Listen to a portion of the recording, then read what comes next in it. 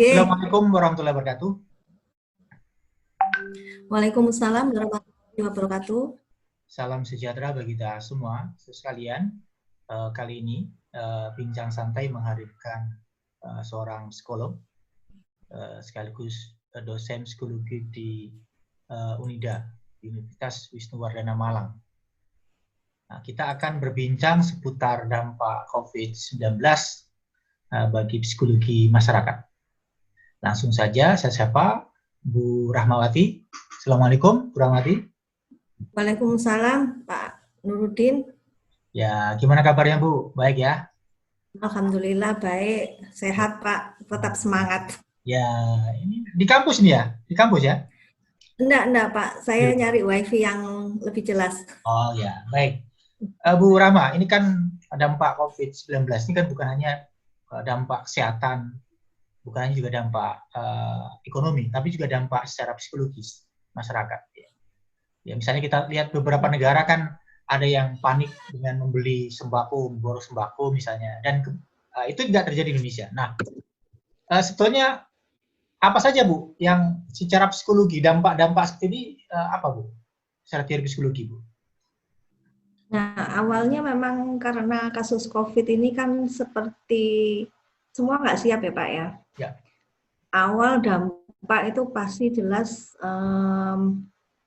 ada rasa ketakutan, kemudian dari pemerintah juga larangan untuk kontak sosial, social distancing, kemudian beberapa bisnis itu bahkan ditutup dan dibatasi hanya yang tertentu di awal-awal dulu. Nah, ini otomatis dampaknya pada akhirnya meluas, Pak. Dari yang tadinya was-was takut tertular, kemudian ada krisis ekonomi, kemudian ada perubahan dari bisnis, perubahan sistem pendidikan yang semuanya hampir nggak siap, tapi insya Allah setelah ini kayaknya sudah hampir semuanya siap. Kemudian ada perubahan media, perubahan sosial, dan banyak hal yang berubah, Pak.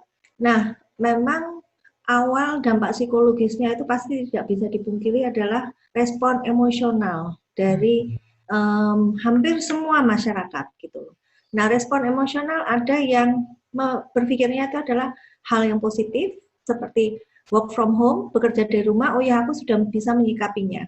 Tapi ada juga yang netral, biasa-biasa aja, bahkan ada yang negatif. Dan kebanyakan di masyarakat sampai saat ini masih negatifnya yang muncul Pak ya. Jadi tapi sudah ada sebagian yang respon positifnya sudah mulai muncul. Nah, dampak negatif ini memang bisa mengarah kepada situasi-situasi stres. Seperti itu Pak Nur. Respon negatifnya itu seperti apa Bu? Dalam teori psikologi itu?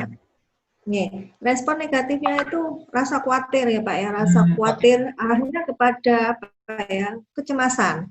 Oh iya. Sebenarnya khawatir, cemas itu banyak hal karena memang ada perubahan tidak aja secara psikologis pada diri individu, tapi pada keseluruhan dari keluarga.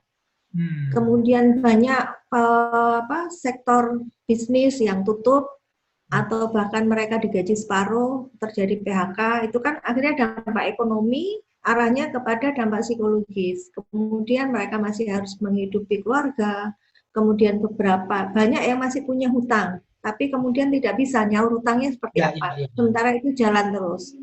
Terus kemudian tadinya mungkin di rumah nggak ada HP, nggak ada HP ataupun ada HP, nggak ada laptop, nggak ada komputer, kerjanya kan di kantor. Kemudian mereka harus pulang ke rumah, harus kerja di rumah, nggak ada fasilitas di rumah. Jangankan wifi, laptop aja kadang-kadang nggak ada, karena mereka lebih mengandalkannya di kantor. Nah, ini kan jadi dampak-dampak, ada kekhawatiran nanti kalau saya tidak bisa bekerja secara efisien, secara efektif, gimana nanti kalau terjadi PHK, pasti saya yang kena duluan. Itu kan ada rasa khawatir seperti itu. Nah, selain itu juga ada kekhawatiran tentang kesehatan. Nah, tentang kesehatan ini sebenarnya penularan dari virus corona ini antara iya dan tidak. Kalau dibilang tidak itu saya nggak apa-apa kok gitu. Dibilang iya ternyata kan berita setiap hari itu kan ada penambahan orang-orang yang kena, kemudian di rumah sakit itu kan full penuh dengan mereka yang terkena penyakit corona tersebut, sehingga itu kan campur Pak antara khawatir, cemas, stres, takut, bahkan ketika mereka harus ada di rumah nggak bisa keluar pun itu ada rasa kesepian, terutama mungkin untuk orang-orang yang memang usianya 60 ke atas kan memang dianjurkan untuk tidak keluar rumah sama sekali ya. Nah, mereka biasanya keluar pengajian lah, ada kumpul dengan tetangga, ada mungkin kalau bagi yang sudah sepuh-sepuh mungkin ada perkumpulan karaoke, nyanyi, gamel dan lain sebagainya, akhirnya kan berhenti semua. Sementara kalau yang sudah usia kadang-kadang komunikasi terbatas hanya pada telepon, nggak bisa WA, video call pun mereka sulit atau mereka nggak paham. Tapi untuk yang usianya masih kategori muda, mungkin mereka paham.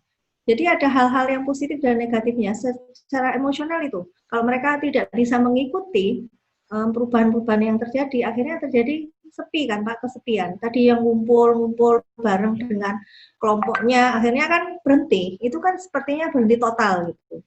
Mereka mau keluar, sudah kelihatannya reda, tapi kemudian ada berita lagi, diumumkan lagi bahwa tidak boleh ada pertemuan kumpul-kumpul lagi karena social distancing. Nah itu yang dampak-dampak emosional yang secara negatif.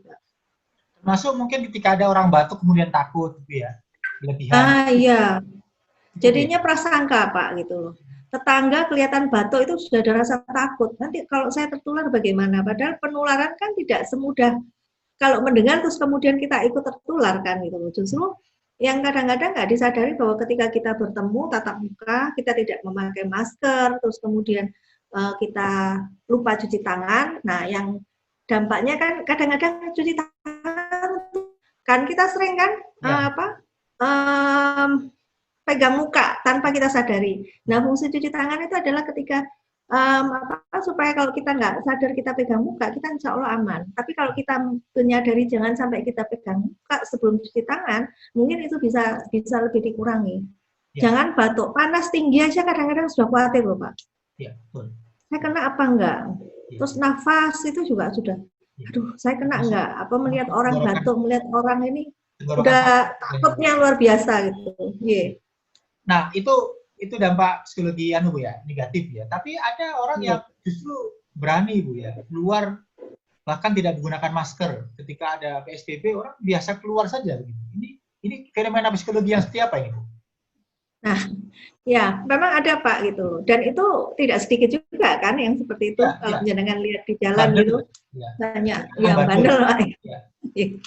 Nah, itu mungkin juga mereka sudah mengesampingkan hal-hal yang negatif Pak gitu loh. Kita lihat dulu latar belakang. Karena istilahnya ketika ini ada suatu bencana, kemudian bagaimana seseorang itu menghadapi bencana yang dalam istilah psikologis itu kita bilang coping ya, coping terhadap suatu peristiwa gitu. Nah, ketika orang nggak pakai masker, satu bisa jadi karena dia tidak tahu itu apa corona, sehingga dia cuek, bandel. Yang kedua, bisa jadi karena dorongan ekonomi, Pak. Kalau saya di rumah, saya nggak dapat makan. Nah, ketika dia bilang, saya akan lebih baik saya keluar, saya bekerja, saya dapat uang, kalaupun itu saya mati karena corona, ya itu sudah nasib saya, itu sudah takdir saya. Mungkin itu juga yang terjadi. Saya rasa kalau melihat dari kondisi sampai saat ini, itu memang tidak terlalu apa ya Pak ya, nggak seperti yang dulu lah gitu. Mereka kesadarannya sudah ada, tapi ya karena sepertinya ya sudah, atau malah justru yang mereka secara emosional positif, mereka sudah menganggap situasi saat ini adalah sesuatu yang normal aja. Mereka belum mengarah kepada normal yang baru itu. Ya. Itu yang bisa terjadi. Atau justru ada sebagian orang yang menganggap ini adalah normal yang baru, sehingga ada perubahan perilaku, Pak. Nah, itu yang normal yang baru. Ya, Bu, dalam teori psikologis itu sebetulnya ada tipe-tipe orang begitu itu, dan apa yang faktor pengaruh selain ekonomi, apa juga ada faktor misalnya tingkat pendidikan, ya, informasi literasinya misalnya, itu ada Bu kira-kira pengaruh itu? Ada, iya ada Pak. biasanya dengan istilahnya gini, dengan tingkat pendidikan yang sama ya, tapi mereka punya pengalaman yang berbeda, itu dampak emosionalnya juga bisa berbeda gitu. Beda ya. Contoh simpel ketika waktu pandemi ini, begitu masuk Indonesia, kalau nggak salah sekitar bulan Maret ya Pak ya, Maret, awal ya. Maret April itu ya, awal-awal itu. Saya lihat amati di Malang itu masih biasa-biasa aja. Ya. Tapi sebagian pada waktu itu saya kebetulan ada di Jakarta, dan sebagian dari teman saya cancel semua untuk kita mau ketemu. Padahal itu masih belum ada istilahnya karantina 14 hari, kemudian PSBB, lockdown, itu kan masih wacana, belum ini. Tapi itu sudah sebagian besar orang-orang di Jakarta sudah banyak yang melakukan itu tanpa ada instruksi dari pemerintah. Itu kan sepi, bahkan di Malang pun kelihatannya juga sudah sepi, tapi dampaknya di Jakarta itu luar biasa. Sehingga ketika mereka melockdownkan sendiri di rumah, itu akhirnya dampaknya kan juga ke perekonomian, imbasnya. Akhirnya kan merentet itu gitu. Ya, cuman yang menarik di Indonesia ini reaksinya tidak seperti di negara lain, Bu. Seperti borong sembako. Kita lihat kan awal-awal itu kan di Malaysia, Singapura, dan beberapa negara kan borong sembako. Sementara di Indonesia ini tidak. Ini yang menarik sebetulnya. Kira-kira fenomena apa aspek psikologi kita ini seperti apa sebenarnya Indonesia ini? Indonesia penduduknya banyak, Pak. Mungkin itu ya. Dengan berbagai macam suku bangsa, ya, latar belakang suku, latar belakang pendidikan, latar belakang budaya, latar belakang pengalaman, itu benar-benar variasi, termasuk juga latar belakang sosial ekonomi. Kalau saya amati di Indonesia sendiri kan gap antara masyarakat bawah sama atas itu kan cukup tinggi. Beda dengan di negara maju. Gap antara yang sosial bawah, sosial ekonomi bawah dengan atas itu, ya katakanlah menengah dah, mungkin bukan atas ya. Kan gapnya nggak seberapa kelihatan. Walaupun nanti kalau dilihat dari lifestyle, gaya hidup itu terlihat.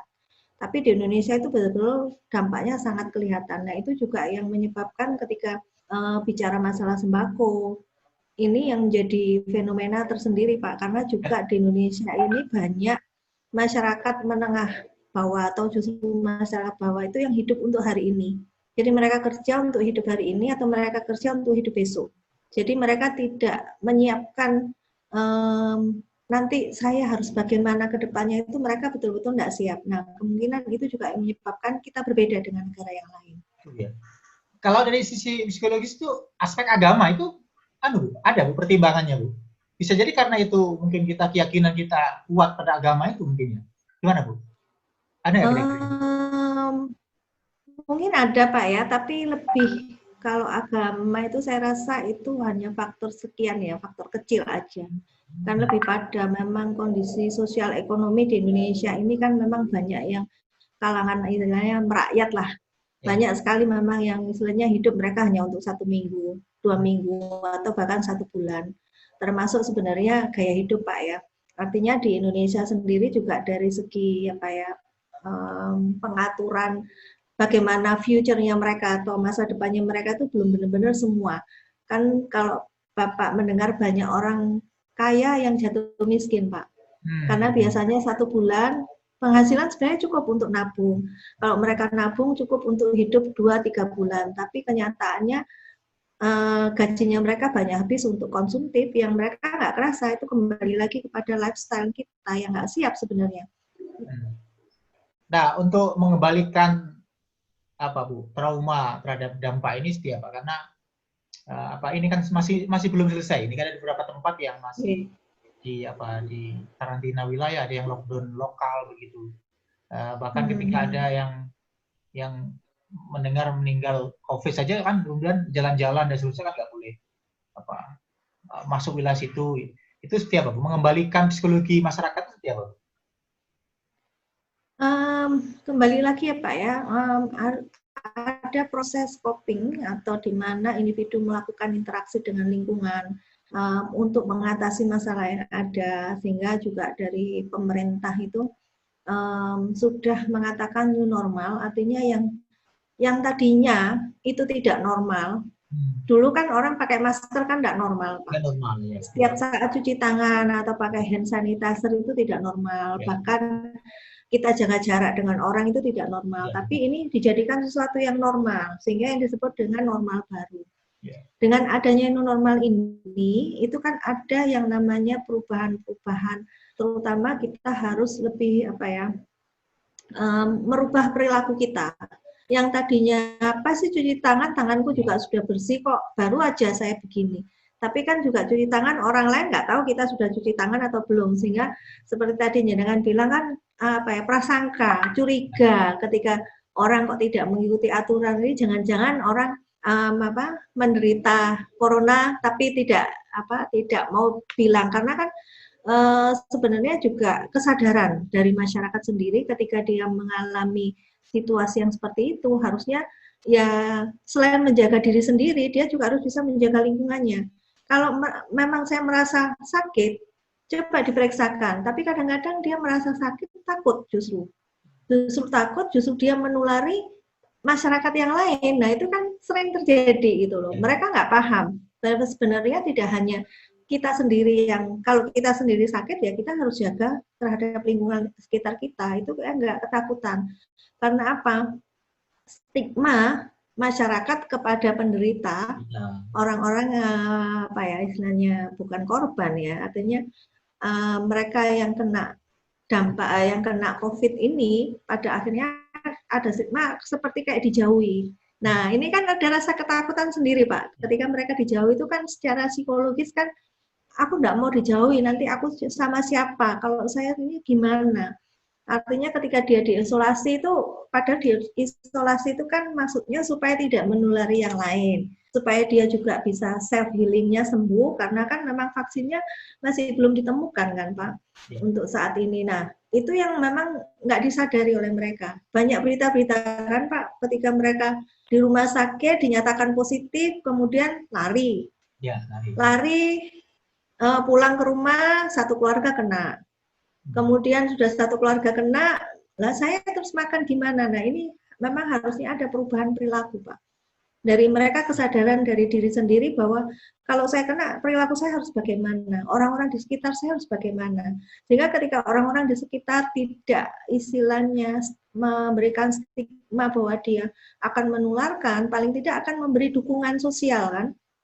Misalnya dia sendiri harus karantina, dia tidak bisa keluar, mungkin tetangganya ada yang bawain makanan. Otomatis dengan cara yang ya sudah disepakati, tidak perlu tatap muka, tidak perlu istilahnya jabat tangan dan lain sebagainya, itu kan masih kategori aman sebenarnya. Tapi itu yang mungkin yang istilahnya nggak disadari oleh hanya masyarakat. saja sepertinya kita masih belum melupakan tradisi itu, jabat tangan. Kalau nggak ketemu, nggak jabat tangan katanya nggak lega gitu. Nah, ya betul Pak. Secara psikologis gini Bu, bagaimana cara untuk menyadarkan mereka yang tidak terlalu bandel? Karena begini Bu, ada banyak kan kita melihat di masyarakat kan terkadang kontras. Ada orang yang sudah patuh, tapi sisi lain ada yang orang yang bandel sekali gitu. Sudah keluar nggak pakai masker, kemudian kadang-kadang ketemu minta tetap jabat tangan begitu, dan seterusnya itu seperti apa Bu? Untuk memberikan pemahaman penyadaran secara psikologis itu seperti apa itu? Iya, betul Pak. Nah ini kalau misalnya hanya satu orang Pak yang seperti itu, tapi kemudian yang lainnya secara kompak nggak mau, mereka akan ikut gitu loh, karena mereka hanya kelompok minoritas gitu. Dan kita yang harusnya mayoritas harus memang lebih kuat. Artinya kalau memang mau cuci tangan, mau jabat tangan ya harus cuci tangan dulu, habis jabat tangan ya jangan pegang muka. Intinya kan sebenarnya itu. Kenapa pemerintah menyarankan protokol kesehatan, cuci tangan, social distancing, kemudian kesadaran terhadap kesehatan kita, itu kan sebenarnya mencegah orang-orang yang, ya kebanyakan masyarakat kita ceroboh sih Pak gitu loh. Karena nggak bisa dipungkirin kan, misalnya habis sholat kita juga akan pasti begini. Sementara kita nggak tahu sebelah-sebelah kita kena apa tidak. Nah ini kan penularannya kan lewat mata sama hidung sama mulut kan itu. Nah itu yang mungkin kalau itu bisa disosialisasikan juga, saya rasa sebenarnya bukan masalah jabat tangannya sih sebenarnya, lebih pada kita jaga jarak untuk tidak kontak gitu. Nah ketika kan ada tulisannya juga, saya kemarin tuh lihat Pak di salah satu waralaba dorong pakai sikut, pakai ini. Ikut. Kan sebenarnya sama aja kalau persepsi saya Pak ya, apakah dengan tangan apa dengan sikut ini kan sebenarnya sama saja gitu loh. Hanya ini kan virusnya jadi ke sini, tapi kemudian kalau kita hapusnya pakai gini kan sebenarnya sama aja kalau menurut saya. Nah, lebih pada kita ya cuci tangan, kemudian kita ini kan masker itu kan juga untuk menjaga, gak bisa dipungkiri kan ketika berbicara dengan orang lain, ada cipratan dari air liur kita kan ke orang yang kita nggak sadari seberapa banyak cipratan itu yang kita nggak tahu. Kalau orangnya mungkin bicaranya kalem nggak akan banyak, tapi kalau sudah bicaranya berapi-api kan, jenengan pernah lihat sendiri kan sampai keluar air liurnya, kemudian muncrat kemana-mana. Nah itu yang sebenarnya kita jaga.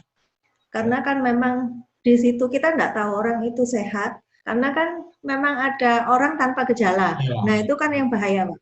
Ya kita nggak tahu apakah orang tanpa gejala itu apa saya atau jenengan atau siapapun yang ada di sekitar kita. Nah itu yang kita memang harus hati-hati di sana. Ya, saya kira itu Bu Rahmati, perbincangan kita menarik sebenarnya. Bicara tentang dampak COVID ini secara psikologis, apalagi sebenarnya bisa menjadi bahan penelitian lebih lanjut di Indonesia ini. Paling unik, betul Pak itu. Paling unik karena paling unik. Iya. Kadang-kadang ada yang orang yang sadar, tapi selain ada orang yang ada yang bandel sekali, sehingga mengapa kemudian kurvanya kita belum melandai itu kan karena memang kita dianggap terlalu berani. Ya. Terakhir apa Bu kira-kira Bu sebagai seorang psikolog untuk memberikan penyadaran dan pemahaman kepada masyarakat tentang ini Bu, dampak COVID ini? Ya. Sebenarnya kalau kita sebagai manusia Pak ya, kita bisa menghadapi atau coping terhadap situasi bencana yang seperti ini, kita menilai seperti apa, kemudian situasinya, kemudian kita berpikir ke depannya seperti apa yang harus kita lakukan, dan kita optimis lah gitu loh. Kita optimis karena memang situasi saat ini kan dari krisis ekonomi, dampak sosial secara psikologis itu kan seperti jadi satu Pak. Ya. Nah sehingga kalau saya melihat itu kita ini, bangsa kita itu kayak merangkak, perekonomian juga sudah mulai masih merangkak kembali lagi di awal-awal gitu loh. Perusahaan kan banyak yang tutup, kemudian mereka buka lagi kan seperti merintis. Sementara masyarakat banyak juga yang masih takut untuk keluar. Dan itu tidak bisa dipungkirin, sehingga hal-hal seperti itu kalau kita bisa bersatu melawan COVID-19 dengan berpikir lebih positif, kita optimis terhadap situasi yang ada, tapi tetap dengan kita mengikuti anjuran pemerintah, protokol kesehatan itu tetap kita kedepankan, cuci tangan, kemudian social distance, jadi ketika kita ketemu orang, kita hindari jabatan tangan. Kita masih bisa begini kan masih perbolehkan. Nah seperti orang-orang seperti di Thailand itu kan kalau salam kan mereka hanya begini, mereka nggak jabat tangan. Dan jabat tangan bukan sesuatu yang wajib kan, masih bisa kita lakukan, kita seperti ini sebagai gantinya jabat tangan. Kemudian kita juga melindungi diri kita sendiri ketika kita ketemu dengan banyak orang. Kalau memang diperlukan kita pakai face shield, ya kita pakai. Kalau memang hanya tatap muka mungkin nggak perlu juga nggak masalah. Dan kita juga harus hati-hati, jangan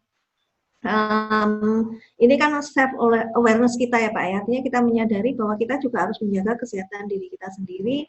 Kalau kita mau pegang bagian dari tubuh kita, terutama muka, ya kita harus dalam kondisi harus bersih tangannya. Jangan menyentuh apapun baru kita, lebih baik kita cuci tangan baru kita menyentuh bagian dari terutama muka, karena penularan itu kan ada di muka gitu. Itu dan intinya adalah kita harus siap untuk menghadapi, mau nggak mau kita harus mengikuti perubahan yang ada.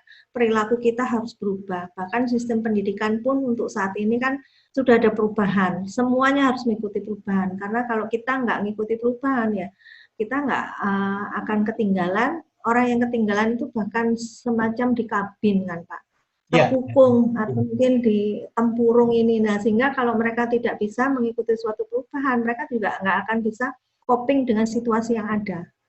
Nah, kalau kita bisa mengikuti situasi yang ada, melakukan perubahan juga, kemudian kita berpikir positif bahwa kita ke depannya itu akan lebih baik dan akan bersama-sama kita bersatu, itu insya Allah kita akan bisa menghadapi situasi seperti ini.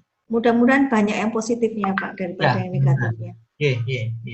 Ya Bu Rama, terima kasih berkenan bincang santai di channel saya ini. Mudah-mudahan perbincangan kita ini bermanfaat bagi masyarakat, ya. Bukan hanya di Mamaya tapi di seluruh Indonesia ini. Gitu. Ya, mudah-mudahan COVID segera berakhir. Saya kira itu Bu Ramati. Terima kasih. Assalamualaikum warahmatullahi wabarakatuh. Waalaikumsalam warahmatullahi wabarakatuh. Sampai jumpa pada perbincangan berikutnya.